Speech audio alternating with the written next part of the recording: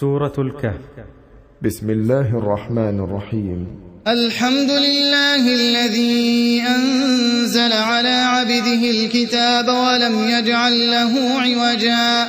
قيما لينذر بأسا شديدا من لدنه ويبشر المؤمنين الذين يعملون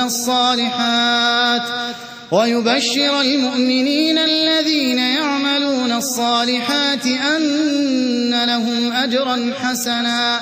ماكثين فيه أبدا وينذر الذين قالوا اتخذ الله ولدا ما لهم به من علم ولا لآبائهم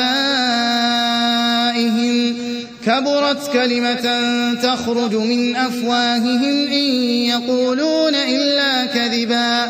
فلعلك باخع نفسك على آثارهم إن لم يؤمنوا بهذا الحديث أسفا إنا جعلنا ما على الأرض زينة لها لنبلوهم أيهم أحسن عملا وإنا لجاعلون ما عليها صعيدا جرزا أم حسبت أن أصحاب الكهف والرقيم كانوا من آياتنا عجبا إذ أوى الفتية إلى الكهف فقالوا ربنا آتنا من لدنك رحمة وهيئ لنا من أمرنا رشدا فضربنا على آذانهم في الكهف سنين عددا ثم بعثناهم لنعلم أي الحزبين أحصى لما لبثوا أمدا نحن نقص عليك نبأهم بالحق إنهم فتية آمنوا بربهم وزدناهم هدى وربطنا على قلوبهم إذ قاموا فقالوا ربنا رب السماوات والأرض لن ندعو من دونه إلها لقد قلنا إذا شططا هؤلاء قوم اتخذوا من دونه آلهة لولا يأتون عليهم بسلطان بين فمن أظلم ممن افترى على الله كذبا وإذ اعتزلتموهم وما يعبدون إلا الله فأووا إلى الكهف ينشر لكم ربكم من رحمته ويهيئ لكم من أمركم مرفقا وترى الشمس إذا طلعت تزاور عن كهفهم ذات اليمين وإذا غربت تقرضهم ذات الشمال وهم في فجوة منه ذلك من آيات الله من يهد الله فهو المهتد ومن يضلل فلن تجد له وليا مرشدا وتحسبهم أيقاظا وهم رقود ونقلبهم ذات اليمين وذات الشمال وكلبهم باسط ذراعيه بالوصيد لو اطلعت عليهم لوليت منهم فرارا ولملئت منهم رعبا وكذلك بعثناهم ليتساءلوا بينهم قال قائل منهم كم لبثتم قالوا لبثنا يوما أو بعض يوم قالوا ربكم أعلم بما لبثتم فابعثوا أحدكم بورقكم هذه إلى المدينة فلينظر أيها أزكى طعاما فليأتكم برزق منه وليتلطف ولا يشعرن بكم أحدا إنهم إن يظهروا عليكم يرجموكم أو يعيدوكم في ملتهم ولن تفلحوا إذن أبدا وكذلك أعثرنا عليهم ليعلموا أن وعد الله حق وأن الساعة لا ريب فيها إذ يتنازعون بينهم أمرهم فقالوا ابنوا عليهم بنيانا ربهم أعلم بهم قال الذين غلبوا على أمرهم لنتخذن عليهم مسجدا سيقولون 3 رابعهم كلبهم ويقولون 5 سادسهم كلبهم رجما بالغيب ويقولون 7 وثامنهم كلبهم قل ربي أعلم بعدتهم ما يعلمهم إلا قليل فلا تمار فيهم إلا مراء ظاهرا ولا تستفت فيهم منهم أحدا ولا تقولن لشيء إني فاعل ذلك غدا إلا أن يشاء الله واذكر ربك إذا نسيت وقل عسى أن يهديني ربي لأقرب من هذا رشدا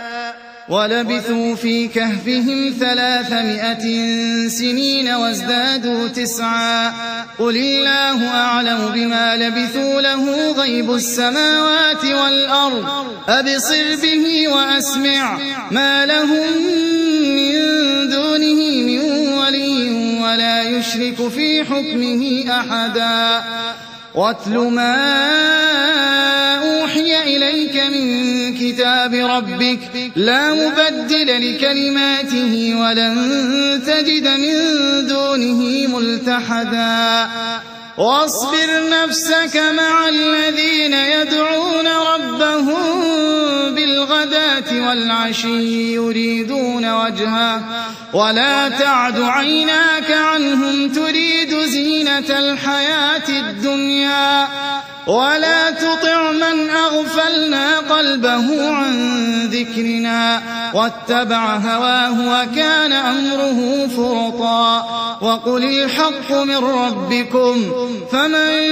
شاء فليؤمن ومن شاء فليكفر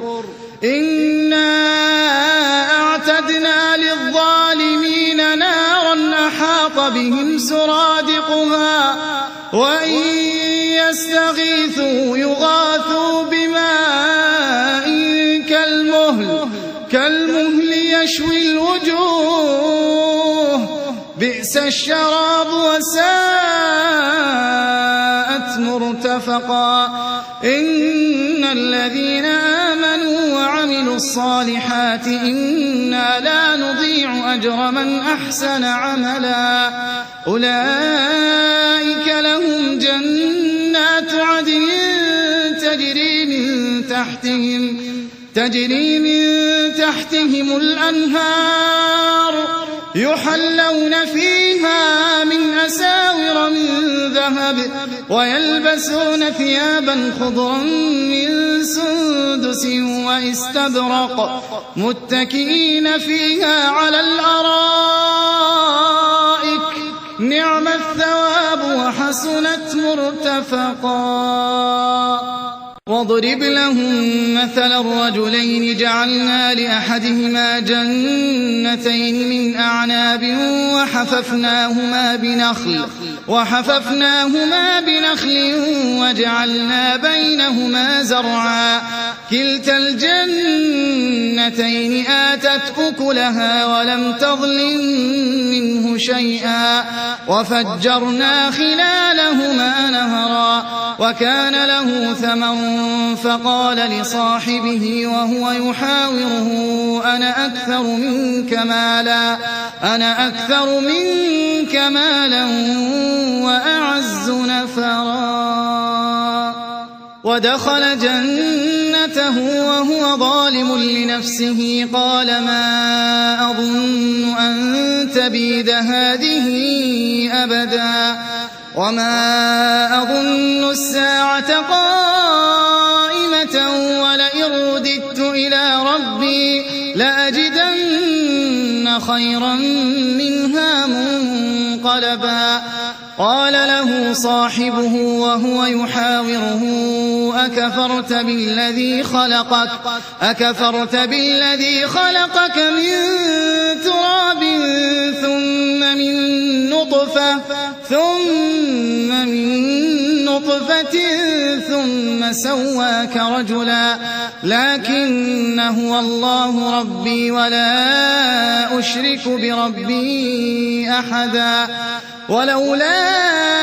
إذ دخلت جنتك قلت ما شاء الله لا قوة إلا بالله إن ترني أنا أقل منك مالا وولدا فعسى ربي أن يؤتيني خيرا من جنتك ويرسل عليها حسبانا من السماء فتصبح صعيدا زلقا أو يصبح ماؤها غورا فلن تستطيع له طلبا وأحيط بثمره فأصبح يقلب كفيه على ما أنفق فيها وهي خاوية على عروشها ويقول يا ليتني لم أشرك بربي أحدا ولم تكن له فئة ينصرونه من دون الله وما كان منتصرا هنالك الولاية لله الحق هو خير ثوابا وخير عقبا واضرب لهم مثل الحياة الدنيا كماء أنزلناه من السماء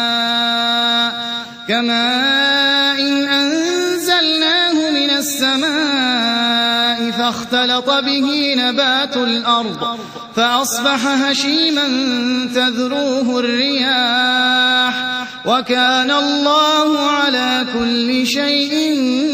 مقتدرا المال والبنون زينة الحياة الدنيا والباقيات الصالحات خير عند ربك ثوابا وخير أملا ويوم نسير الجبال وترى الأرض بارزة وحشرناهم فلم نغادر منهم أحدا وعرضوا على ربك صفا لقد جئتمونا كما خلقناكم أول مرة بل زعمتم أن لن نجعل لكم موعدا ووضع الكتاب فترى المجرمين مشفقين مما فيه ويقولون يا ويلتنا ما لهذا الكتاب لا يغادر صغيرة ولا كبيرة إلا أحصاها ووجدوا ما عملوا حاضرا ولا يظلم ربك أحدا وإذ قلنا للملائكة اسجدوا لآدم فسجدوا إلا إبليس كان من الجن ففسق عن أمر ربه أفتتخذونه وذريته أولياء من دوني وهم لكم عدو بئس للظالمين بدلا ما أشهدتهم خلق السماوات والأرض ولا خلق أنفسهم وما كنت متخذ المضلين عضدا ويوم يقول نادوا شركائي الذين زعمتم فدعوهم فلم يستجيبوا لهم وجعلنا بينهم موبقا ورأى المجرمون النار فظنوا أنهم مواقعوها ولم يجدوا عنها مصرفا ولقد صرفنا في هذا القرآن للناس من كل مثل وكان الإنسان أكثر شيء جدلا وما منع الناس أن يؤمنوا إذ جاءهم الهدى ويستغفروا ربهم إلا أن تأتيهم سنة الأولين أو يأتيهم العذاب قبلا وما نرسل المرسلين إلا مبشرين ومنذرين ويجادل الذين كفروا بالباطل ليدحضوا به الحق واتخذوا آياتي وما أنذروا هزوا ومن أظلم ممن ذكر بآيات ربه فأعرض عنها ونسي ما قدمت يداه إنا جعلنا على قلوبهم أكنة أن يفقهوه وفي آذانهم وقرا وإن تدعهم إلى الهدى فلن يهتدوا إذن أبدا وربك الغفور ذو الرحمة لو يؤاخذهم بما كسبوا لعجل لهم العذاب بل لهم موعد لن يجدوا من دونه موئلا وتلك القرى أهلكناهم لما ظلموا وجعلنا لمهلكهم موعدا وإذ قال موسى لفتاه لا أبرح حتى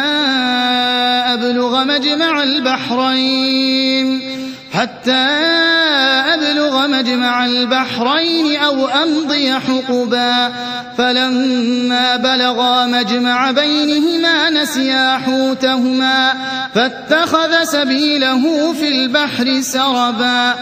فلما جاوزا قال لفتاه آتنا غداءنا لقد لقينا من سفرنا هذا نصبا قال أرأيت إذ أوينا إلى الصخرة فإني نسيت الحوت وما أنسانيه إلا الشيطان أن أذكره واتخذ سبيله في البحر عجبا قال ذلك ما كنا نبغي فارتدا على آثارهما قصصا فوجدا عبدا من عبادنا آتيناه رحمة من عندنا وعلمناه من لدنا علما قال له موسى هل أتبعك على أن تعلمني مما علمت رشدا قال إنك لن تستطيع معي صبرا وكيف تصبر على ما لم تحط به خبرا قال ستجدني إن شاء الله صابرا ولا أعصي لك أمرا قال فإن اتبعتني فلا تسألني عن شيء حتى أحدث لك منه ذكرا فانطلقا حتى إذا ركبا في السفينة خرقها قال أخرقتها لتغرق أهلها لقد جئت شيئا إمرا قال ألم أقل إنك لن تستطيع معي صبرا قال لا تؤاخذني بما نسيت ولا ترهقني من أمري عسرا فانطلقا حتى إذا لقيا غلاما فقتله قال أقتلت نفسا زكية بغير نفس لقد جئت شيئا نكرا قال ألم أقل لك إنك لن تستطيع معي صبرا قال إن سألتك عن شيء بعدها فلا تصاحبني قد بلغت من لدني عذرا فانطلقا حتى إذا أتيا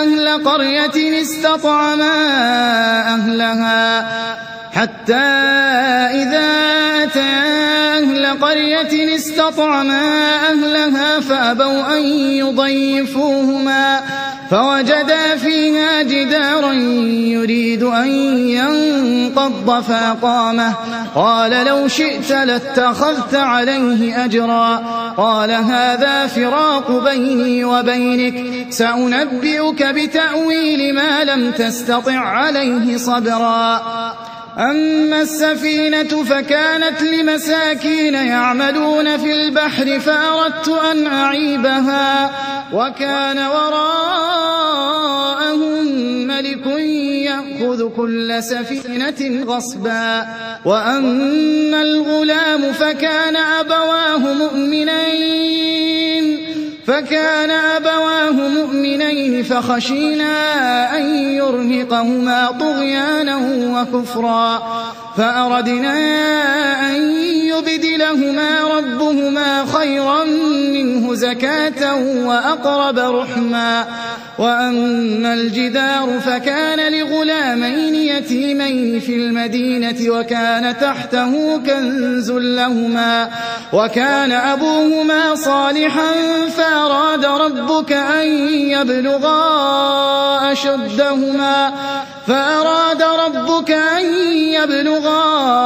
أشدهما ويستخرجا كنزهما رحمة من ربك وما فعلته عن أمري ذلك تأويل ما لم تسطع عليه صبرا ويسألونك عن ذي القرنين قل سأتلو عليكم منه ذكرا إنا مكنا له في الأرض وآتيناه من كل شيء سببا فأتبع سببا حتى إذا بلغ مغرب الشمس وجدها تغرب في عين حمئة ووجد عندها قوما قلنا يا ذا القرنين إما أن تعذب وإما أن تتخذ فيهم حسنا قال أما من ظلم فسوف نعذبه ثم يرد إلى ربه فيعذبه عذابا نكرا وأما من آمن وعمل صالحا فله جزاء الحسنى وسنقول له من أمرنا يسرا ثم أتبع سببا حتى إذا بلغ مطلع الشمس وجدها تطلع على قوم لم نجعل لهم من دونها سترا كذلك وقد أحطنا بما لديه خبرا ثم أتبع سببا حتى إذا بلغ بين السدين وجد من دونهما قوما لا يكادون يفقهون قولا قالوا يا ذا القرنين إن يأجوج ومأجوج مفسدون في الأرض فهل نجعل لك خرجا على أن تجعل بيننا وبينهم سدا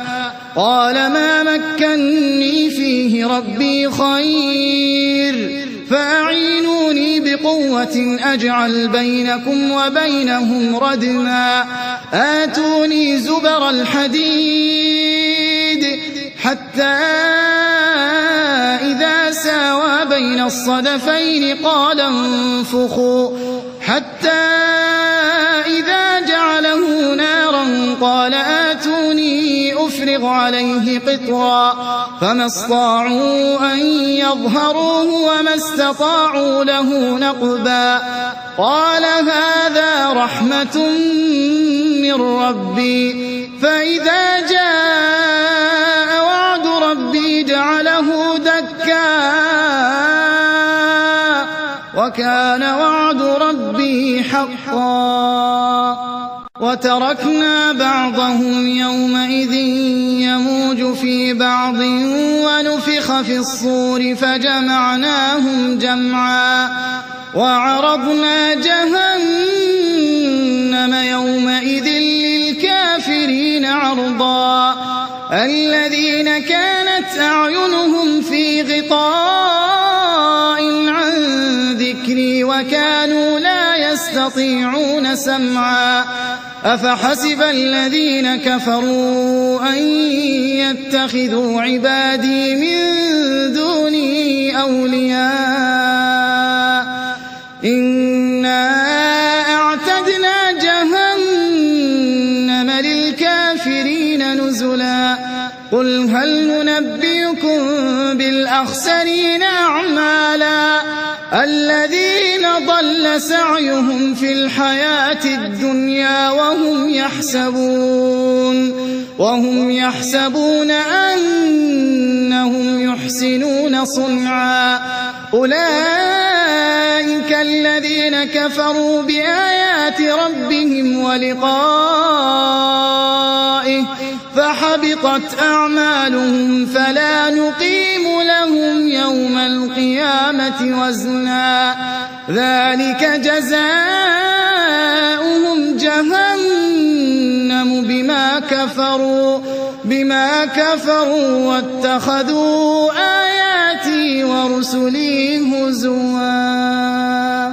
إن الذين آمنوا وعملوا الصالحات كانت لهم جنات الفردوس نزلا خالدين فيها لا يبغون عنها حولا